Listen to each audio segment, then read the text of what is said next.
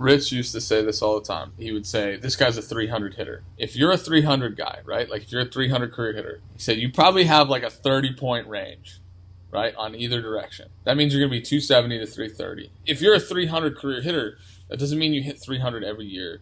It just means you have a window. If there's extenuating circumstances, they might take you off the deep end. Or if there's like really good circumstances and you're getting overly lucky, you might hit 350. But he always used to talk about that 30-point range. And the question I asked Neil Walker this the other day, because we were just talking about different guys that we've played with and things like that. Like, at what point does your skill set as a player not matter if you're a detriment to the team around you? Like, if you're a bad culture guy, you're creating like bad environment.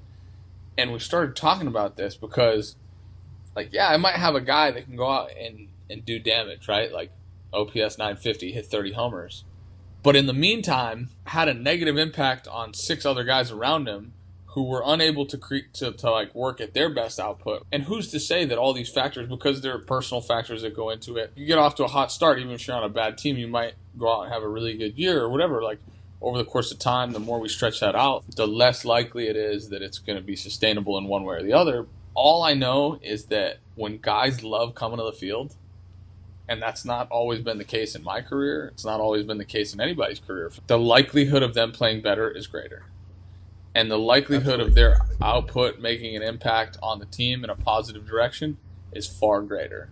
And because of that, yeah, that matters. If you have too many bad dudes, or if you have bad culture, bad chemistry, war don't mean shit. Your OPS plus, your weighted RC, like it's not the same calculation, dude. Like it's not binary. It's not a 0 or a 1. It's too simple to say that. It's a human, it's an emotion. There are a billion different things that go into who you are as a player every day. Now, the more you're around the game, you become a little bit more immune to stuff and things like that. You learn how to build walls, but there's nothing like going to the field. And people say winning cures everything. Winning is a byproduct. Winning is a byproduct of culture.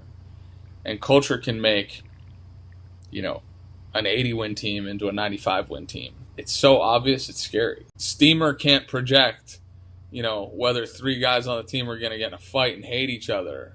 Steamer can't project if, one of the dudes breaks up with his girlfriend and another guy has an illness in his family and it has a negative impact on the way, it's impacting a clubhouse. Like, Steamer can't project a guy's 0 for 25 and how it's going to affect him mentally.